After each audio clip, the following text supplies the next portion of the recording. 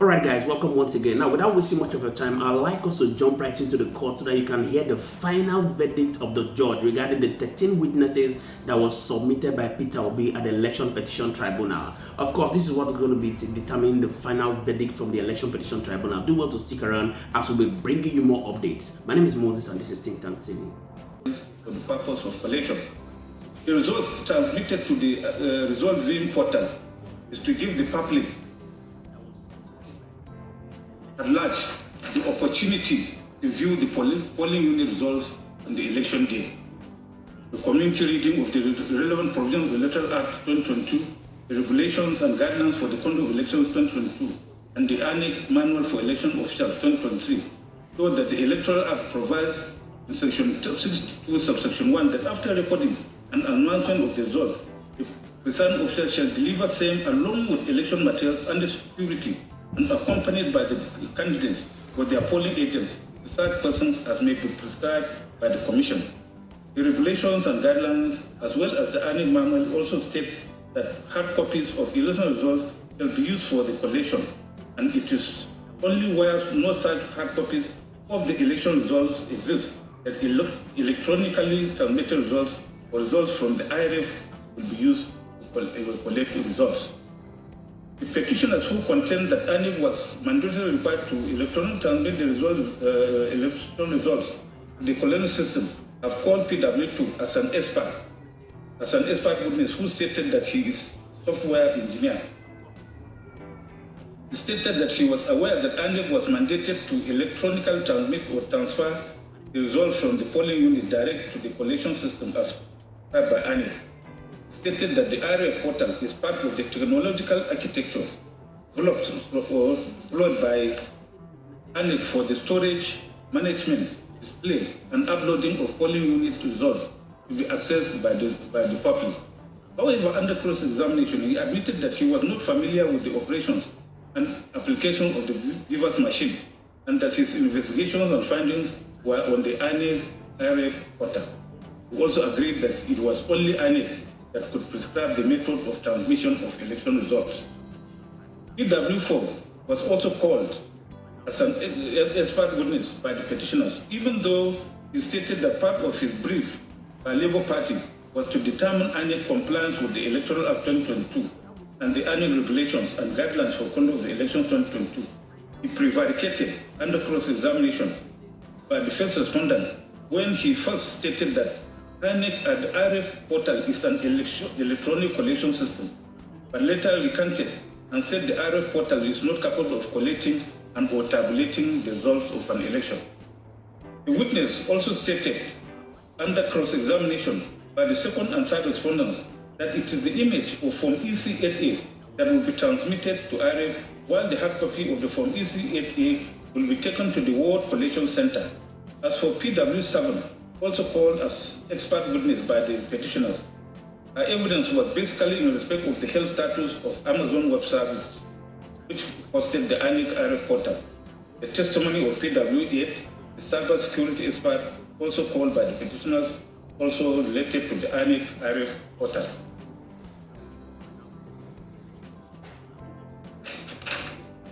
On the part of the first respondent, RW1, Dr. Lawrence Bayode, the Deputy Director in the ICT Department of the First Respondent, has testified that contrary to the assertion of petitioners in paragraph 37 of the petition, there was no collation system of the first respondent to which polling unit results were mandatorily required to be electronically transmitted or transferred directly by the presiding officer. He stated that the prescribed mode of collation was manual collation of the various forms EC8As, EC8Bs, EC8Cs, EC8Ds, and EC8Es for the presidential election. He explained that the Beavers machine was designed to upload accreditation data at the end of the accreditation process and scan and transmit the results of the polling unit results through the e-transmission system to the IRF portal. Even as this witness was cross-examined by the petitioner's counsel, he was not cross-examined on his evidence that INEC has not established any collection system which results will be electronically transmitted from the polling unit. Thus, his testimony on that fact remained unchallenged and uncontroverted. It is said to know that The court has a duty to act on unchallenged and uncontroverted evidence. See Romwen Energy Trading Company Limited, OAM Overseas Agency, Ogunyade vs. Oshunke, and others.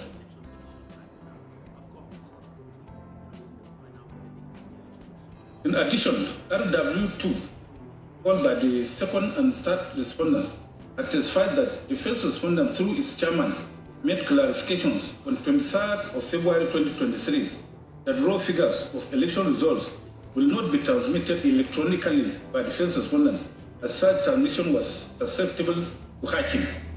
The identified exhibits R24 and RA24 and RA25 as documents he referred to in his statement. These are the certified true copies of pages 28 and 27 of Tribune newspapers of 23rd February 2023, wherein the chairman made the said clarification. As indicated in our ruling on objections to documents, the petitioners did not object to the contents of Exhibit RA24 and RA25, but only stated that they were objecting to the heading, but not the contents. We overruled that objection in our ruling because the reason advanced by the petitioners' counsel did not amount to a proper objection to those documents.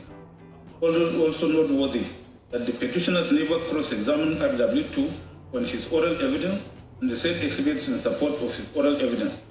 In Exhibit RA24, the INEC chairman was reported to have stated that raw figures will not be transmitted because the law does not allow for electronic transmission of results and because it is susceptible to hacking. He stated that only scanned copies of polling unit results will be uploaded to the RF for public view. From the evidence led by the parties on this issue, it is clear that apart from testifying that the first respondent failed to transmit scanned copies of polling unit results to the INEC RF portal, none of the witnesses called by the petitioners have given evidence of the existence of any collation system to which the results shall be electronically transmitted by the presiding officers of the first respondent. Contrary to the contention of the petitioners that under the regulations it will not be possible to collect the presidential election results without verifying them with the electronically transmitted results, paragraph 92 of the same regulations categorically provides that at every level of collation, where the INEC copy of collected results from the immediate lower level of collation exists, it shall be adopted for collation. In addition, paragraph 48C of the regulation provides that if no result has been directly transmitted electronically for a polling unit or any level of collation, the provision of clause 93 of this regulation shall apply. The said clause 93 of regulations, which I have earlier quoted, provides that where the INEC hard copy of collected results from the immediately lower level of collation does not exist, the collation officer shall use electronically transmitted results or results from the RF portal to continue collation. And where none of this exists, the collation officer shall ask for the duplicate copies issued by the Commission to the Nigerian police or to the agents of political parties in that order. The foregoing provisions of the Electoral Act and the INEC regulations clearly show that it is not correct, as contended by the petitioners, that results of the election cannot be validly collected without the electronically transmitted results. Indeed, the regulations primarily provide for manual transmission or transfer and collection of results. There is nothing in the Electoral Act or the INEC regulations and guidelines to show that an electronic collation system was prescribed by the Commission, which results will be electronically transmitted. Thus, the petitioners were unable to establish the assertion that the first respondent is mandatorily required to electronically transmit the polling unit results to a collation system. The first respondent, on the other hand, has adduced unchallenged evidence that apart from the INEC RF portal, no collation system was established by the first respondent, which result of the presidential election must be electronically transmitted for collation. It is therefore my finding that both the Electoral Act and the regulations and guidelines provide for manual collation of election results, and the electronic transmission to a collation system apparently introduced by the first respondent in the regulations and guidelines are not mandatory as contended by the petitioners herein. Also, my finding based on the evidence adduced that the only collation system put in place by the first respondent in the conduct of the presidential election is comprised of the fiscal collection centers in the registration areas or ward collection centers, local government area collection centers, state collection centers, and the national collection centers, elaborately stated in paragraphs 47, 50, 53, 54, and 55 of the regulations and guidelines for the conduct of elections 2022.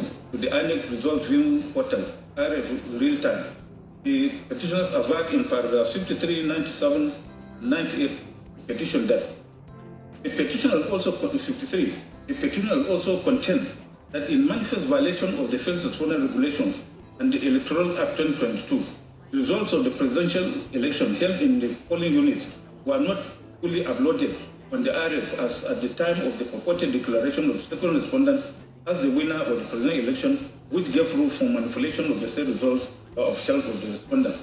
97.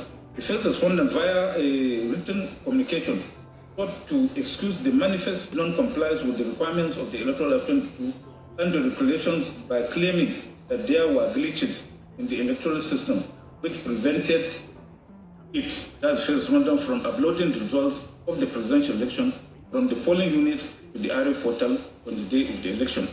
The said written communication is hereby pleaded.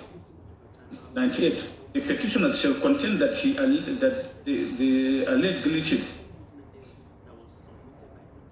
electronic system installed and managed by the first respondent were a ploy invented by the first respondent to credit unlawful votes to the second respondent and thereby wipe out the clear advantage which inured to the petitioners following the lawful exercise of voting rights by the electorate.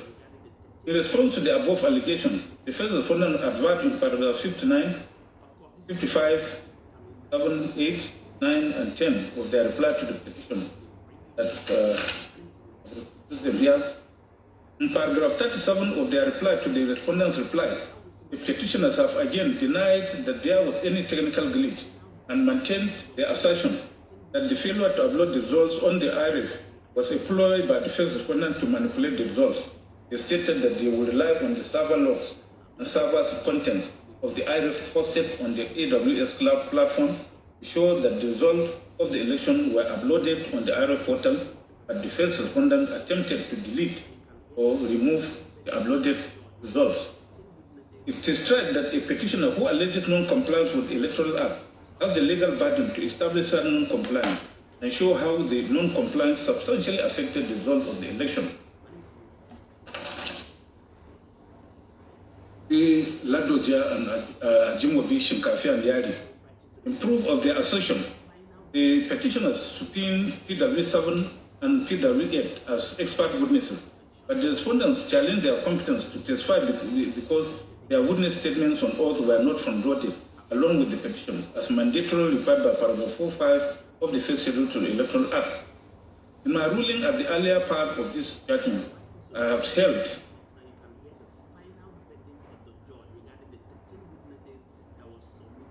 I had upheld the respondent's objection and served out the evidence which include their witness statements on oath and the documents and or reports tendered through them.